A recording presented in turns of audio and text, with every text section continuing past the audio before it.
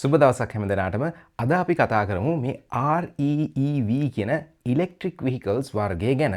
ඉතින් මේක හුඟක් අය මේ සම්පූර්ණයෙන්ම ඉලෙක්ට්‍රික් වාහනයක් මේක ප්ලගින් හයිබ්‍රිඩ් එකක් නම් නෙමෙයි කියලා කියන්නත් උත්සාහ කරනවා. ඒකෙත් වරදක් නැහැ. හැබැයි අපි ඇත්තටම දැනගමු මොකද්ද මේ කතාව කියලා. සමහර කෙනෙක් මේක REEV මේක ප්ලගින් හයිබ්‍රිඩ් නෙමෙයි කියලා කියන්න පුළුවන්. සමහර කෙනෙක් නෑ මේක ප්ලගින් හයිබ්‍රිඩ් එකක්මයි කියන කෙනෙක්.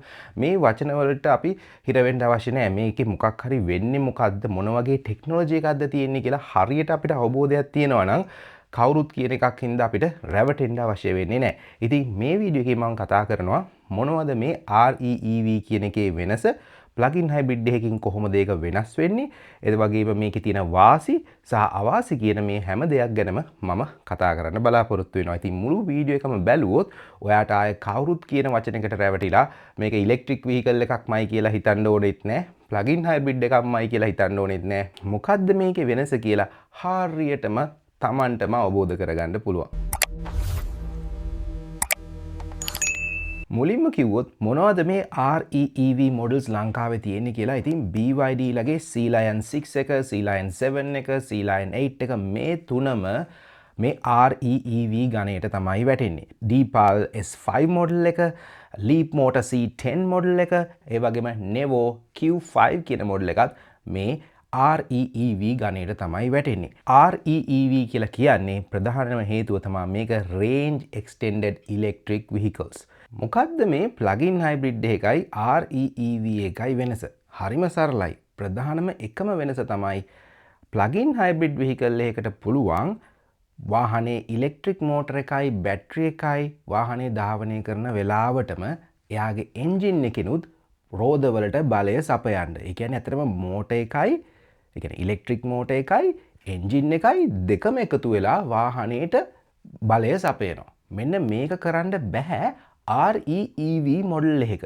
REEV එක ICE එන්ජින් එකක් තිබ්බට මේ ICE එන්ජින් එක ඇත්තටම පාවිච්චි වෙන්නේ ඒකෙන් අපිට ඉලෙක්ට්‍රිසිටි ජෙනරේට් කරන්න. මේක ඇත්තටම ජෙනරේටර් එකක්. මේ ජෙනරේටර් එකක් හින්දා මේකෙදි අපිට කවදාකවත් ප්‍රශ්නයක් වෙන්නේ රේන්ජ් එක. ඔයාට ඉලෙක්ට්‍රික් වාහනයක වගේ නෙමෙයි. ඉලෙක්ට්‍රික් වාහනයක නම් සම්පූර්ණයෙන් අපි හිතමුකෝ රේන්ජ් එක තියෙන කිලෝමීටර් 400යි කියලා. ඉතින් මේ කිලෝමීටර් 400ක් විතර සම්පූර්ණයෙන්ම ඩ්‍රයිව් කරායින් පස්සේ ඔයා වාහනේ charge කරේ නැත්නම් තව පොඩ්ඩක්වත් ඔයාට දුර යන්න බෑ.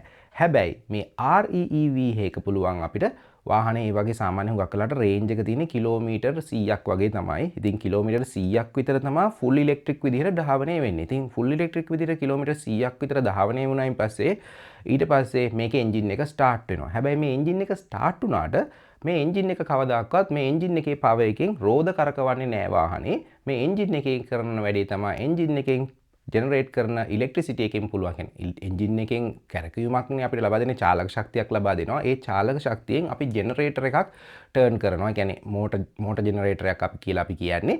ඉතින් මේ මෝටර් ජෙනරේටර් එක ටර්න් කරලා අපිට පුළුවන් ඉලෙක්ට්‍රිසිටි නිෂ්පාදනය කරගන්න. මේ ඉලෙක්ට්‍රිසිටි එක නිෂ්පාදනය කරගත්තාම අපි ඉලෙක්ට්‍රිසිටි එක ආපහු අර ඩ්‍රේන් වේගෙන ගිය බැටරි එකට සප්ලයි කරලා බැටරිය ආපහු charge කරනවා. එතකොට ඇත්තටම මේකේ වාසිය තමයි full electric වාහනයක තරම් ලොකු බැටරියක් පාවිච්චි කරන්නේ නැතුව අපිට පුළුවන් මේ එන්ජින් එක ආධාරයෙන් full electric වාහනයකට වඩා ටිකක් ප්‍රමාණයෙන් පොඩි බැටරි එකකට දිගින් දිගටම පෙට්‍රල් දහනය කරමින් charge එක supply කරමින් බැටරිය charge වෙනවා.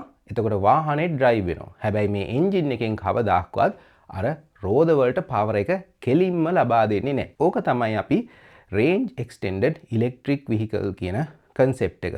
ඉතින් මේක අලුත් concept එකක් නෙමෙයි. මේ plug-in hybrid එක්කලා බොහොම සම්බන්ධ එක හා සමානම ටෙක්නොලොජියක්. එකම වෙනස වෙන්නේ ඇවිල්ලා මේකෙදි අපි අර එන්ජින් එකෙන් කෙලින්ම power එක රෝද වලට දෙන්නේ නැහැ. plug-in hybrid electric vehicle එකක් වගේ. එහෙනම් මේ plug-in hybrid එකයි REEV එකයි මොනවද තියෙන වාසි සහ අවාසි?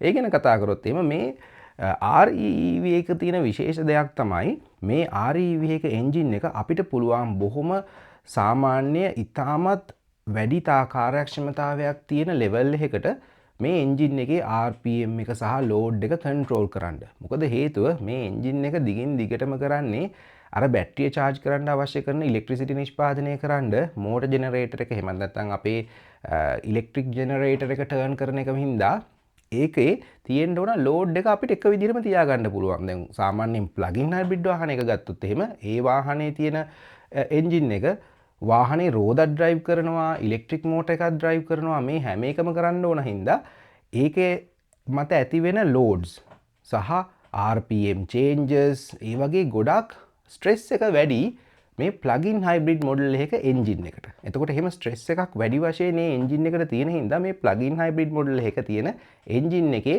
ෆෝල්ට්ස් ඒ වගේ දේවල් එන්න හැකියාව වැඩි. මොකද ඒක යම්කිසි ස්ට්‍රෙස් එක තමයි එන්ජින් එක දුවන්නේ. ඩ්‍රයිවර් කෙනෙක් ඉතා වේගෙන් යන්න ඕන හින්දා ඇක්සලරේටරේ හයියෙන් පෑගුවොත් එහෙම මේ එන්ජින් එක ටර්න් වෙලා එන්ජින් එකිනුත් පවර් එක සප්ලයි කරන්න ඕන. එතකොට ඒ වගේ වෙලාවක වෙන්න ඕන චේන්ජස් ගොඩක් තියෙනවා. ඉක්මනටම එන්ජින් එකේ RPM එක වැඩි වෙන්න ඕන. එහෙම වැඩි වෙන්න නම් ෆුවල් ඉන්ජෙක්ෂන්ස් එහෙම වැඩි කරන්න ඕන.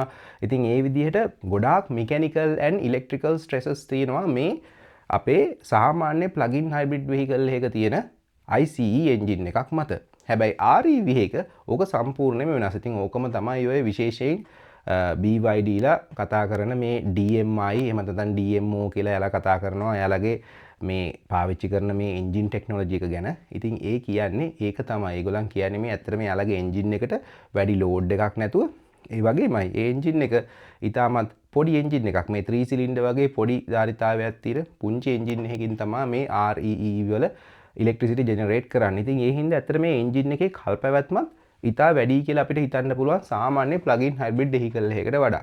REEV මොඩල් එකක් ඉලෙක්ට්‍රික් රේන්ජ් එක කිලෝමීටර් 80ක් 100ක් අතර වගේ තියෙන මොඩල්ස් ගොඩක් තියෙනවා. ඒ වගේ මොඩල් එකක් ගන්න කෙනෙක්ට ඇත්තටම සතියක් දෙකක් දුවන්න පුළුවන්. කියන්නේ අපි හිතමුකෝ එයා දවසකට දුවන්නේ කිලෝමීටර් 20යි වගේ කියලා. එතකොට දවස් දෙකක් දිව්වත් තාමත් එයාගේ එන්ජින් එක ස්ටාර්ට් වෙන්නේවත් නැහැ මේ REEV මොඩල් එක. ඒක තමයි ඒකේ හැකියාව. ඉතින් ඔයාගේ එන්ජින් එක වාට ස්ටාර්ට් වෙන්න අවශ්‍ය වෙන්නේ ඔයාගේ බැටරි එක යම් කිසි මට්ටමකට ඩිස්චාර්ජ් වුණයින් පස්සේ තමයි. ඔයා ගෙදරදී ප්ලග් කරලා ඔයාගේ RE vehicle එක ෆුල් චාර්ජ් කරගෙන පාරට ආවොත් එහෙම කිලෝමීටර් 80ක් විතර යනකල් ඔයාගේ එන්ජින් එක ස්ටාර්ට් වෙන්නෙම නැහැ. ඉතින් ඒ වාසියක් තියෙනවා මේ REEV vehicles වල. ඒ විදිහට ගත්තාම ප්ලගින් හයිබ්‍රිඩ් එකක් ගන්න නැතුව REV එකක් ගන්න එක තමයි ඉතාමත් හොඳ කියලා කෙනෙක්ට හිතන්න පුළුවන්. හැබැයි එහෙම කියන්න බැරි අවාසිත් තියෙනවා මේ REEV වල. මොනවද ඒ අවාසි කිව්වොත් එහෙම ප්‍රධානම ප්‍රශ්නේ තමයි performance එක. ඒ කියන්නේ උදාහරණයක් විදිහට මේ ප්ලගින් හයිබ්‍රිඩ් එක එන්ජින් එකට පුළුවන් හැකියාවක් තියෙනවනේ ඒකේ පවර් එක පාවිච්චි කරලා රෝදක් ධාවනය කරන්න. එතකොට ප්ලගින් හයිබ්‍රිඩ් එකක් ඔයා හයියෙන් ඇක්සලරේට් කරන්න ඕන නම් එහෙම නැත්නම් ලොකු කන්දක් නගින්න තියෙනවා නම් පැයට කිලෝමීටර් 100කටත් වඩා වේගෙන් වගේ ඔයාගේ ප්ලගින් හයිබ්‍රිඩ් එක එන්ජින් එකකිනුත් රෝද කරකවනවා මෝටරිනුත් රෝද කරකවන හින්දා කිසි ප්‍රශ්නයක් නැතුව මේ කන්ද නගින්න හරි හයියෙන් ඇක්සලරේට් කරන අවස්ථාව කිසි ප්‍රශ්නයක් නැතුව යනවා. හැබැයි ඔයාගේ RE vehicle එක ඔයා මේ කන්දක් නගින ගමන් පැයට කිලෝමීටර් 100කට විතර වැඩි වේගකින් කන්දක් නගිද්දි ඔයාට තේරෙනවා ඔයාගේ වාහනේ පොඩ්ඩක් ස්ලගිෂ් කියලා. ඔයා කොච්චර පෑගුවත් දැන් මෝටරේ පුළුවන් උපරිමයටම ටෝක් එක අරලන් දීලා තියෙන වාගේ බැටරි එකෙන්. එතකොට එන්ජින් එකට බැරි හින්දා රෝද වලට පවර් එක දෙන්න කොහොමත් මෝටරෙන්ම තමයි ඔයාගේ වාහනේට මේ පවර් එක දෙන්න ඕන. එතකොට ඒ හින්දා මෝටරේ උපරිම ධාරිතාවයට පවර් එක සහ ටෝක් එක ලබා දුන්නායින් පස්සේ ඒ මෝටරේට එතනින් එහාට යම්කිසි පවර් එකක් වැඩිපුර ලබා දෙන්න බෑ. ඉතින් එතකොට performance වදියට ඔයාට අවශ්‍ය කරන වේගය ලබා ගන්න, අවශ්‍ය කරන වේගය සහ ඇක්සලරේෂන් එක ලබා ගන්න මේ RE vehicle එක බැරිව යන්න පුළුවන් සමහර අවස්ථාවල. හැබැයි ඉතින් අපි දන්නවනේ ලංකාවේ ඉතින් අපිට තියෙන පාරවල් වල තියෙන කන්ඩිෂන් සහ තියෙන තත්ත්වයන් හින්දා අපිට ඉතින් එහෙම පැයට කිලෝමීටර් 100කටත් වඩා වේගෙන් කන්දක් නගින්න වගේ වෙන අවශ්‍යතාවයල් ඇති වෙන්න බොහොම අඩුයි. ඉතින් ඒ හින්දා අපිට ඇත්තටම ඒ මට්ටමින් නම් performance අඩුමකම ලොකුවට නොදැනෙන්න පුළුවන් user කෙනෙක් හැටියට. හැබැයි මේ ලෝකේ සමහර රටවල මේ වගේ ප්ලගින් හයිබ්‍රිඩ්ස් අරගෙන කියන විශේෂයෙන් BYD 6, BYD Sea Lion 6 එක, BYD Sea Lion 7 එක, 8 එක වගේ මේවා මේ RE vehicles ගොඩක් ප්‍රසිද්ධ මොඩල් එකක් හින්දායි මම BYD නම පාවිච්චි කරන්නේ. අතර මේ BYD හෝ වෙන කිසිම ඉලෙක්ට්‍රික් vehicle එකක් සම්බන්ධව මගේ කනෙක්ෂන් එකක් නැහැ. මම ඒගොල්ලන්ව ප්‍රොමෝට් කරන්න එහෙම බලාපොරොත්තු නැහැ. මට ඕනේ ඇත්තට මේ ඉලෙක්ට්‍රික් vehicles ගැන හොඳ දැනුමක් මගේ channel එකට සම්බන්ධ වෙන අයට ලබා දෙන්න. ඉතින් ඔයාලා මේ කියන තොරතුරු හොඳින් අවධානය යොමු කරොත් ඔයාට ගැළපෙන වාහනේ තෝරගන්න ඔයාට හරි පහසු වෙයි. ඉතින් මේ වීඩියෝ එකේදී ඔයාට තේරෙනවා මම කතා කරා මොනවද මේ ප්ලගින් හයිබ්‍රිඩ් එකක තියෙන වාසිය REV එකකට වඩා කියලා. ඒ වගේම මම කතා කරා REV එකක් කොහොමද plug-in hybrid එකකට වඩා වෙනස් වෙන්නේ කියලා. සහ මොකද්ද ඒකේ තියෙන වාසිය කියලා. ඉතින් ඒ විදිහට බලපුවම ඔයා ඊටමත් කඳුකර ප්‍රදේශයක ඉන්න කෙනෙක් නම් ගොඩක් highway එකේ high speed driving කරන කෙනෙක් නම් ඔයාට plug-in hybrid එකක් ගැලපෙන්න පුළුවන්.